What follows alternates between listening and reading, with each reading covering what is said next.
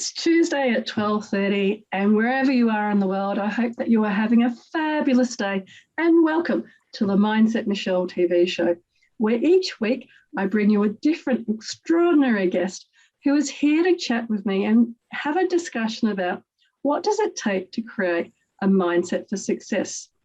Now, lots of things are happening in the world at the moment, and everybody's talking about something called the Great Resignation or the Great Reset. So today's extra special guest is the lovely Denise Mayerson. Hello, Denise. Hello everybody. And for those of you that don't know Denise, Denise is the founder of and director of Management Consultancy International and the Focus Learning Group, as well as being an incredibly accomplished woman, not only as a finalist in the Telstra Businesswoman of the Year, but also she holds a master's and a PhD in English. But that's kind of like the headlines about Denise. We're going to start today to get to know a little bit more about you, Denise, and everybody would be, I'm sure, really interested in your background of over 30 years supporting and training people in that training and development space. But how did you come to be that, Denise? Tell us a little bit more about your story. Thanks, Michelle. And I don't know if anyone can see that the grey hair is fortunately very well covered after being around for so many years. So, Michelle, I stretch back, and I'm sure people can hear my accent, to South African roots. And I've always been passionate about education and training right from the time when many, many years ago, I was taken down one of the deepest mine shafts in the world. It was the Diepkloof mine. And at the time, it could still be the deepest mine in the world. And the mining group, which was Anglo-American, said, you cannot come and train anyone on our site until you've experienced what it's like to be in their shoes and walk their path. So down I went. I had my hat on and my torch on top and my boots, and we go down to the one shaft. I thought, this is so easy, I can breathe here. We go down to the next shaft, and then we go down to the third shaft, by which stage I was really struggling to breathe because there's not sufficient oxygen. And we're walking around, and I see this fabulous piece of equipment. It was shining, it was all wrapped up. It just looked, I was quite astounded by it. And I said, but why is it just sitting there? Why is nobody using it? And they said to me that the people who have to operate this machine cannot read or write. They put a thumbprint for their payslip, and there is no level of education. I mean, you're talking back here in apartheid South Africa, disadvantaged education system. And from that moment on, I absolutely made up my mind that I really need to make a difference in terms of ensuring that every single person has the opportunity to learn and have doors open to them that might not be open previously. Wow, what an amazing moment of insight and direction into where your calling is. And many people talk about purpose, but I think there's also many teachers are like that as well. They get some sort of calling. But your example is incredible, because with all of the different injustices and inequalities, to have such a experience, such a deep experience of it yourself, to see where they can't read or write, so it's all by thumbprint. So it's pretty amazing. And I guess with such an insight into humanity, I think it's a humanity thing, where so many have so much and so many more have so little, and really struggle with that day to day.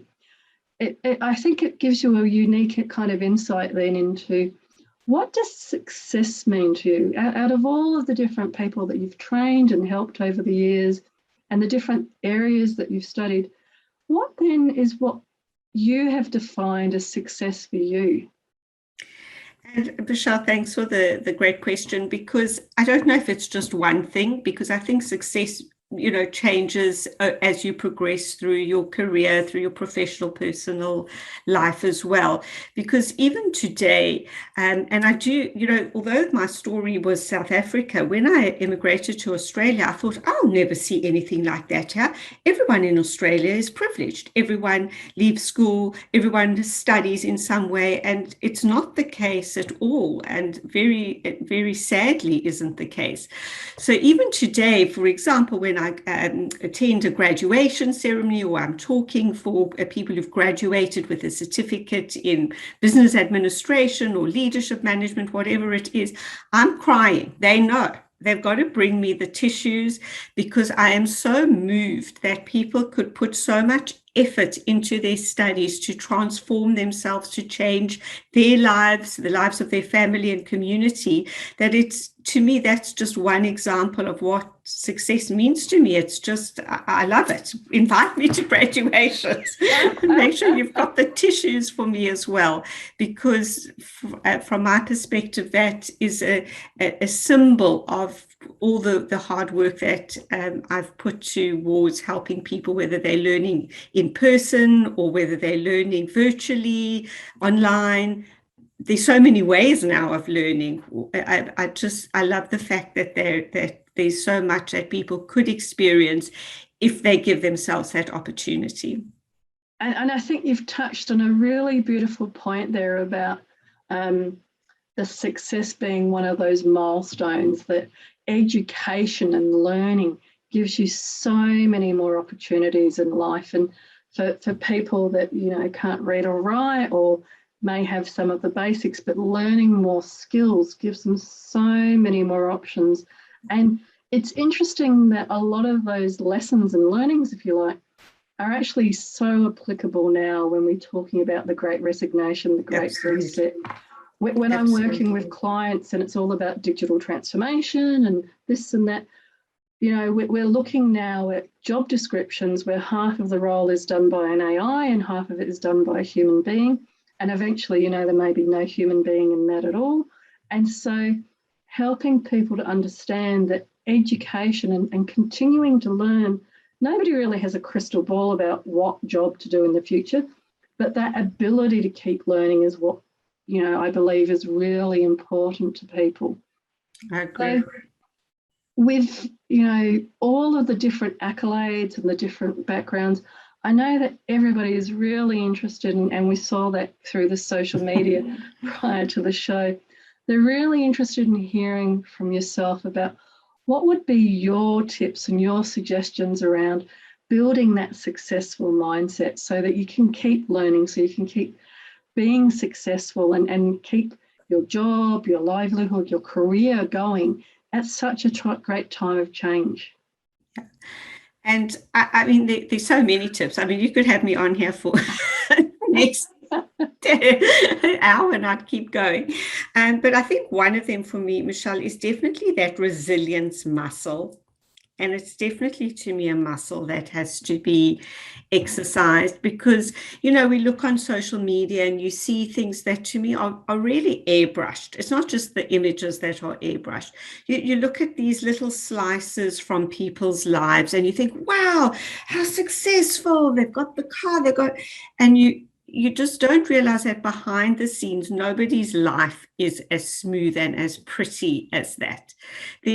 Everyone has their struggles, some more so absolutely than others, but there isn't someone who just sails through life as though nothing happens. I mean, you look at the royal family, you'd think that they would have all the riches in the world, they've got whatever they would want, and yet even in their family and in their business, their family business, there's struggles, there's challenges to be overcome. Not everything works out successfully. There are a few black sheep there as well.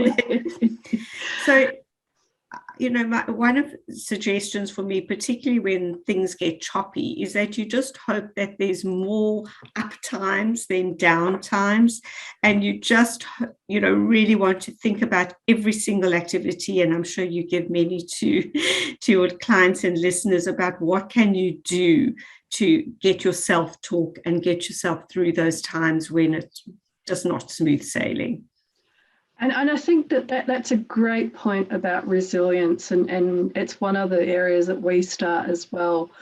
Very much so, because in terms of mindset and people's thinking, it's helping them, exactly like you're describing, to reframe that there's actually in life good and bad. And that when they're looking at the false images on Facebook or Instagram or TikTok even, you know, that's like a choreographed view of somebody's life and it's not reality. And so helping them to see that that person and everybody that they know actually would have good and bad, ups and downs, and that is what life is. It's not all one or all the other. And that you're exactly right. The royal family is a wonderful example, because you would think with all of that money and wealth, etc., that they actually are quite trapped and they have no real freedom. So they have great wealth, but no freedom with that, as opposed to somebody that may have not as much money, but they have a lot more freedom. So there's a wonderful expression about being careful about what you ask for, because I think that that's very true. When people are looking at their own resilience and building their resilience, and they're seeing, you know, somebody on Facebook that's lost 100 kilos, or somebody that's just run 10 marathons and, you know, not broken a sweat or something. It's actually that great self-talk that we were talking about, going inside and saying, well, for me, I did this today. And that's building, I love that example, building that resilience muscle in your own way. Yeah, I couldn't agree with you more. And in terms of one of the things I was interested in researching, you've helped a lot of entrepreneurs and startups. So there'll be some people today that will be exploring that as an option, given that their work may or may not exist in the next few years. What are some of the tips that you might give for people in that space? I think it's along the same vein, Michele. It's really being very open to possibilities, because, you know, sometimes you'll say, oh, wasn't he lucky? Wasn't I lucky? And yes, you know, some people can work very, very hard, and for the same amount of hours that they put into a day, somebody will be making a lot more money than the other person. And they say, oh, aren't they lucky? So there is, without question, an element of luck. But to me, sometimes people just see these lucky moments, just pass them straight by, as though they just notice them. And that, to me, is something that I would say to entrepreneurs, is you've got to be aware of, you know, is this my lucky moment now? Give it a try. Doesn't work out, fail fast, move on to the next one. But if you're not even open to seeing these lucky moments, I think that you know, just inhibiting your own ability to grow and be successful. And entrepreneurs will always tell you about that moment that changed everything for them. And if you listen to the Afterpay story, you'll hear how he was taking his Rick Molnar, he was taking his dustbins out, and there he met the guy who knew how to set this whole thing up. So, like, from taking dustbins out, you would never think that would be my lucky moment. But I have seen people not grab onto where things could happen. I mean, just from selling our business now to APM, and APM is they're listing on the stock exchange on Friday, so they'll be Australia's largest human services provider. And that was through sitting at a dinner, sitting next to the right person at a dinner, having dinner talk. Who would have thought? All I concentrated on for the dinner was what I was going to wear. And I think that goes back to that resilience, funnily enough, because people can sometimes think that working harder is going to get more. But whether it's taking out the rubbish or going to dinner, you obviously, yes, have to do the groundwork in the background. But then when you know your staff and you've got good products and services, it is actually taking that time out and doing the networking, taking the rubbish out, all of those things, because one of the things we work a lot with people around is that overwhelm and that stress, and encouraging them to take the time out, because if they don't take the time out, then exactly right, they don't get those opportunities and they don't notice those opportunities because they're too tired. Agreed. In fact, it's funny. I always think of the Angels and other bands like that say, they were an overnight success after working at it for 10, 20 years or whatever it is. But I love how you describe it as noticing those opportunities and seeing where those opportunities lead, as opposed to that part reminds me as well of Yes Man with Jim Carrey, where you just say yes to everything so that you never know what rabbit hole will take you down. I agree. And it's fascinating that you then sold the company after having a dinner, and I think that's also a different way of talking about the people that you surround yourself with. So none of us really know what's happening in the future, but you can start to surround yourself with the people that are talking about it and what skill sets they're looking for or they're studying and educating themselves on. Agree. In fact, the technology is so changing so much now that it is interesting how you have to keep updating and upgrading your skills. And tell me about it. I mean, when I first arrived in Australia, I was so upset because I had to go and be requalified as a trainer. I came with all my certificates and the PhD and I was very proud of myself. And they put all that to one side and they said, you know what, that's not going to help you get your certificate for in training and development to get on with it. So it came down to earth pretty quickly. And I think that's another thing is that what I love seeing in entrepreneurs is humility. The ones that are, look how wonderful I am, and aren't the ones that I see as having that success X factor.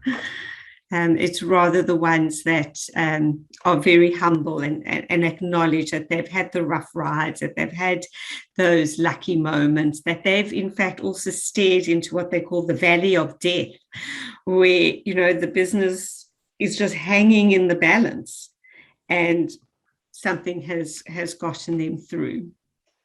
And I think it's really important, and that's so true, to look at your own journey. And that's why I love having different guests on the show, because it showcases different people's journeys. And just like we were saying earlier about not comparing yourself, building your own resilience. I was going to say resistance, resilience. That too. That too. I think noticing the opportunities and the people that you surround yourself with is also really important skills and habits to develop. I hear time and time again exactly what you're saying, and for women especially it can be a little bit harder because there are still a lot of men's clubs and men's groups. But like you're saying, you were at dinner, I don't think it's impossible because it's just the right conversation at the right time in the right room. So you have to get into that right room to begin with. Yeah, and it's not always easy, and you get so many knockbacks. Oh my heavens. So some people may be thinking, well, I actually, don't really like learning, or I find it really hard to learn, or I find it hard to learn online. I'm much more in face-to-face, and pretty much everything is online now. What do you think are some great tips as well for people that, might be wanting to learn, but they don't know where to start, or they're sick of Zoom meetings and so don't want to be learning anymore on Zoom? What do you think? That's an advert for you.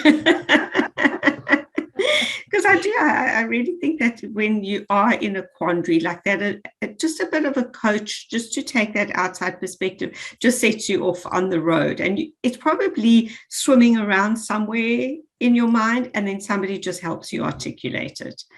And, for me, there's no lack of things to study. There's a lot more that I want to do.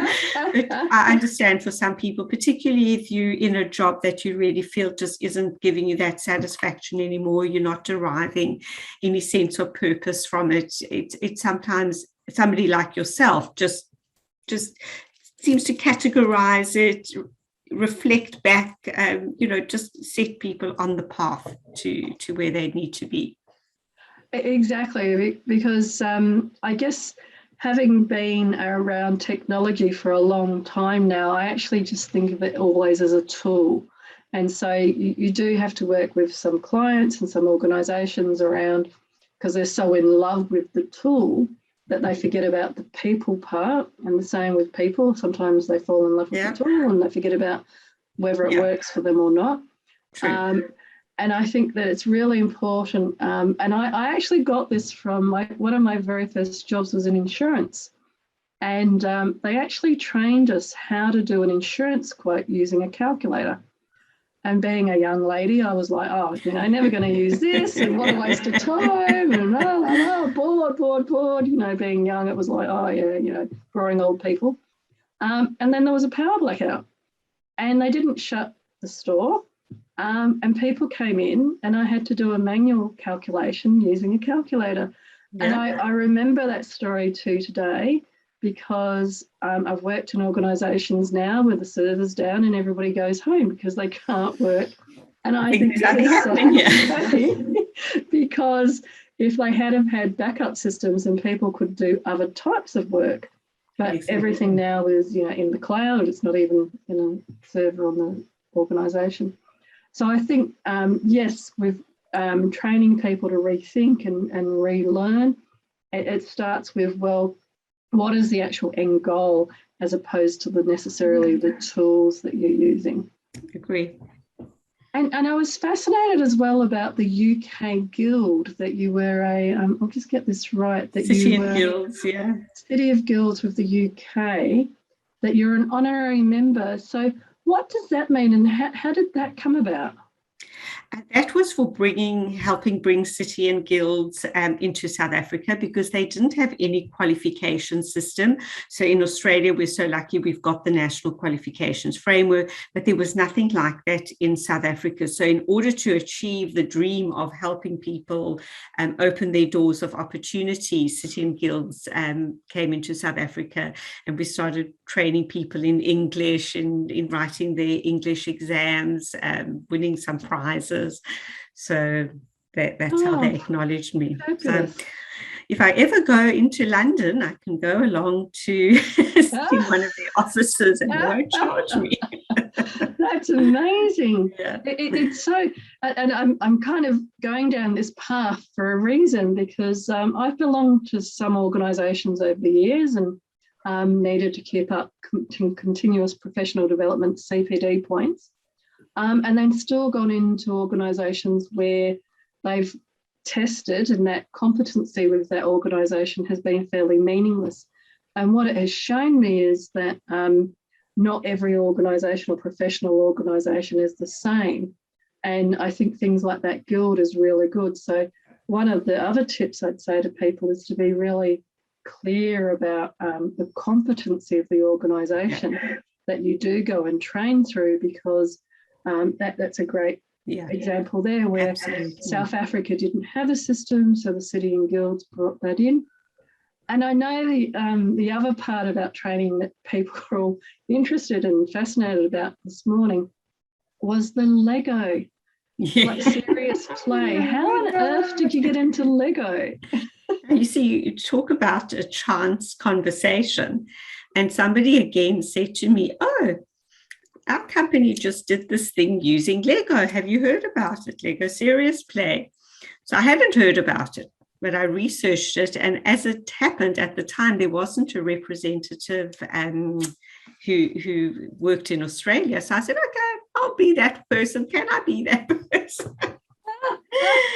And off I went around the world, learning the methodology, which is a really powerful way of just getting people to talk in groups, express themselves around metaphorical ideas that they wouldn't normally talk about. You can use it in your coaching, Michele. I'll sell to you in your own show. But it really took me around the world running sessions in Microsoft on the diversity and inclusion program. We did change management in Coca-Cola, and we've done strategy work in other organizations, all based off the Lego Serious Play methodology.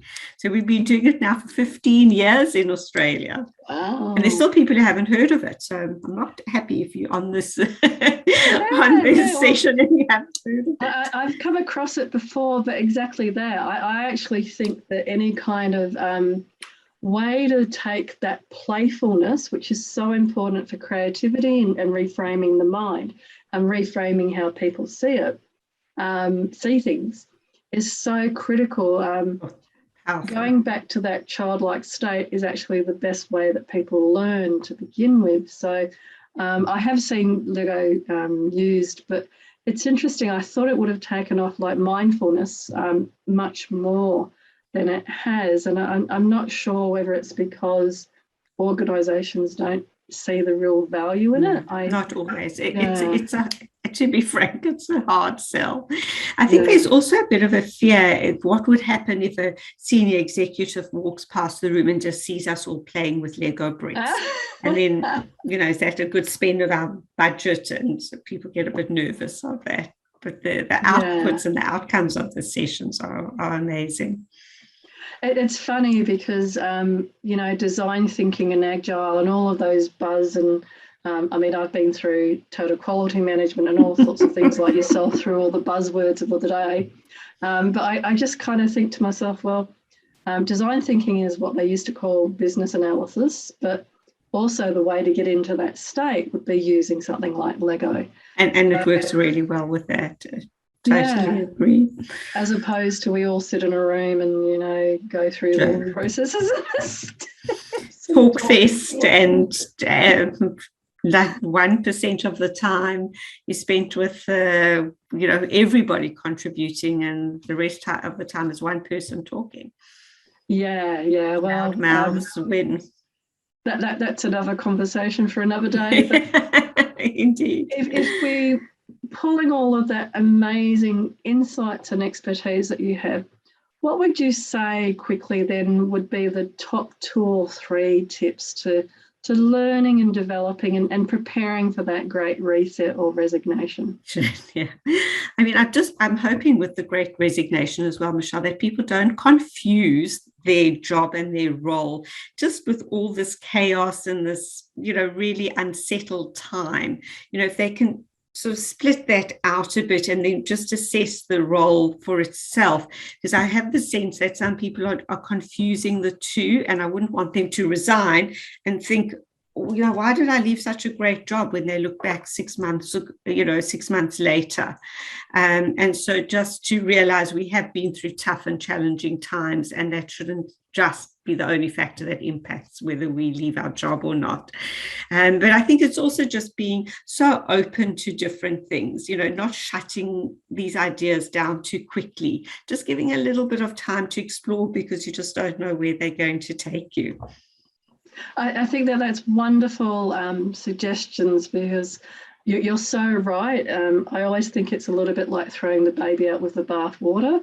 And my other great imagery with leaving a job and then finding yourself in the same situation in a different job is different name on the door.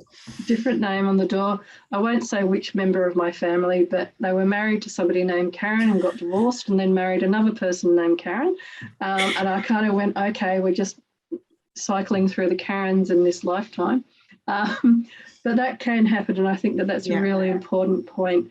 Not just leaving the job because you want to change or you need to reset, but recognizing what it is in you that's changed, and then working out what works for you in that job, and then what you can change about it perhaps to reset it. And if you can't reset it, then looking for something similar and having that longer term plan. But as we come to the end, how can people get hold of you, Denise? What's the best way? I know that everyone says it, Michele, but LinkedIn. I'm a big LinkedIner. I've got 27,000 connections. I'm very proud of my connections. And then somebody says to me they've got even more. It's upsetting.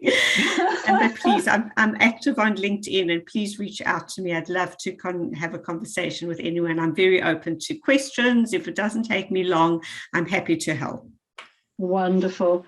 And if you were to talk to that younger you that was going down that mine shaft and thinking, oh, this is easy, oh, I can't breathe, and I definitely can't breathe, and there's no machinery working, what would you say to that younger version of you? Hold on tight for the ride. It's a roller coaster. Just scream when you have to, and enjoy the downwards when you can. Oh, fabulous.